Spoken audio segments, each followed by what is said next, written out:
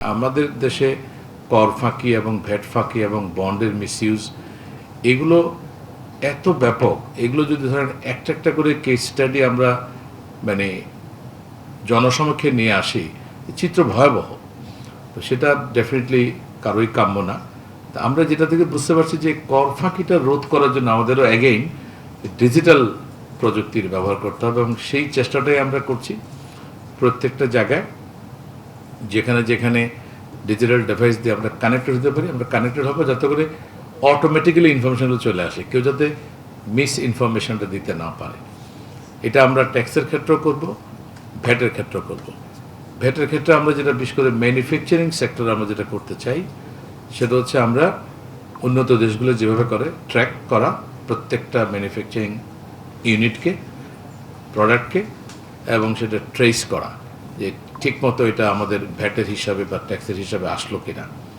এটা উন্নত দেশগুলো যেটা করছে, ইভেন ডেভেলপিং কান্ট্রি আমাদের মতো তারাও করছে।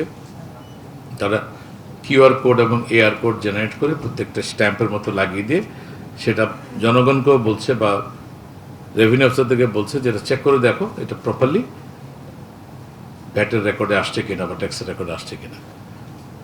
যেটা আমরা ওই যে কিউআর কোড বা এআর কোডের মাধ্যমে করব। প্রথমে হয়তো আমরা এটা টোবাকো দিয়ে শুরু করব, এরপরে আমরা প্রত্যেকটা প্রোডাক্টের মধ্যে এটা চলে যাব। সেটা পানির বোতল হোক, ড্রিঙ্কসের বোতল হোক, সাবান হোক, শ্যাম্পু হোক, ইভেন চিপস হোক, যতগুলো মোড়কজাত পণ্য আছে সবগুলোর মধ্যে আমরা এটাতে চলে যাব। তখন যেটা হবে যে ফ্যাক্টরি থেকে বের হওয়ার সময় সব আমার রেকর্ডে চলে আসবে, ট্র্যাক করা যাবে।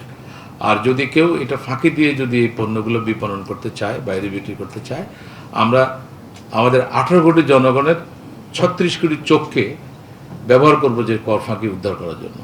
তারা তাদের মোবাইল ডিভাইস থেকে কিউআর কোড স্ক্যান করে দেখবে যে এটা সঠিকভাবে ট্যাক্স ভ্যাট দিয়ে বাজারে আসছে না আসে নাই, এবং তারা সাথে সাথে অ্যালার্ম রেজ করবে।